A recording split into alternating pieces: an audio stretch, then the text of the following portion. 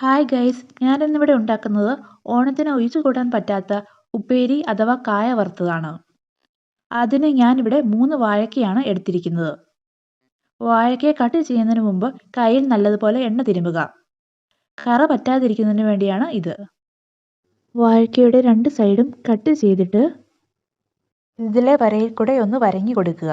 കായയെ കൊള്ളാത്ത രീതിയിൽ വേണം ഇത് വരയാൻ. അതിനുശേഷം ഇതുപോലെ തൊലിയൊന്ന് പൊളിച്ചെടുക്കുക.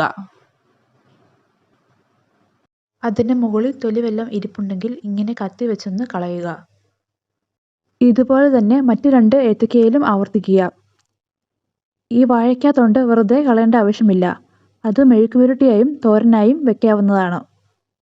ഇനി ഈ 3 വാഴയ്ക്കയും അരിയണം. ഞാനിത് കൈകൊണ്ടാണ് അരിയുന്നത്. ഞാനിത് വട്ടത്തിലാണ് അരിയുന്നത്. ഇനി ചൂടുകട്ടിയുള്ള ഒരു ചട്ടി അടുപ്പിൽ വെച്ച് അതിലേക്ക് നാടൻ വെളിച്ചെണ്ണ ഒഴിക്കുക.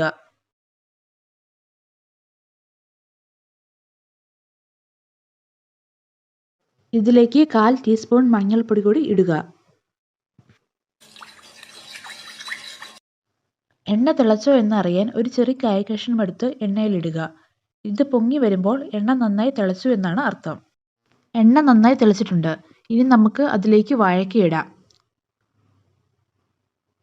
കട്ട കൂടാതെ ഓരോ വാഴയ്ക്കയും ഇങ്ങനെ സെപ്പറേറ്റ് ആയിട്ട് വേണം ഇടാൻ. വാഴയ്ക്ക തീരെ കനം കുറച്ചരിഞ്ഞാൽ അത് കൂടുതൽ കട്ട പിടിക്കാൻ സാധ്യതയുണ്ട്. അതുകൊണ്ട് ഈ ഒരു കനത്തിൽ അരിയുക. അരിയുന്നതെല്ലാം ഒരേ കനമായിരിക്കണം എന്നതാണ് ഇതിൽ പ്രധാനം. നമ്മൾ കാ വറുക്കാൻ ഇടുമ്പോൾ അത് ഹൈ ഫ്ലെയിമിൽ ഇട്ട് വേണം വറുക്കാൻ. അതുപോലെ വറുത്ത് കോരുമ്പോഴും ഹൈ ഫ്ലെയിമിൽ ഇടണം. ഇങ്ങനെ അത് എണ്ണ അധികം കുടിക്കാതെ കിട്ടും. വാഴയ്ക്ക ഇട്ട് കഴിയുമ്പോൾ ഞാൻ മീഡിയം ഫ്ലെയിമിലിടും. ഇടയ്ക്ക് കൂട്ടിയും കുറച്ചുമൊക്കെ ഇടാം. ഇടയ്ക്കൊന്ന് ഇളക്കി കൊടുക്കുക.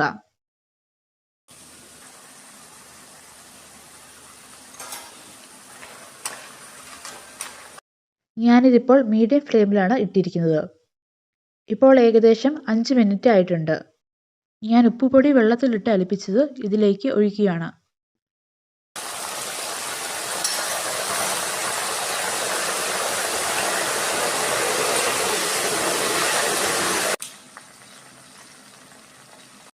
ഇപ്പോൾ ഇതിൻ്റെ പൊട്ടിച്ചേക്ക് നിന്നു.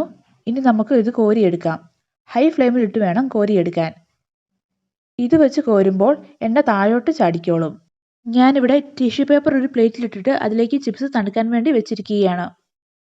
നമ്മുടെ ഉപ്പേരി അഥവാ കായ വറുത്തത് റെഡിയായി കഴിഞ്ഞു. ഇതെല്ലാവരും ഒന്ന് ട്രൈ ചെയ്ത് നോക്കണേ. ചാനൽ ഇഷ്ടപ്പെട്ടാൽ സബ്സ്ക്രൈബും ചെയ്യണേ.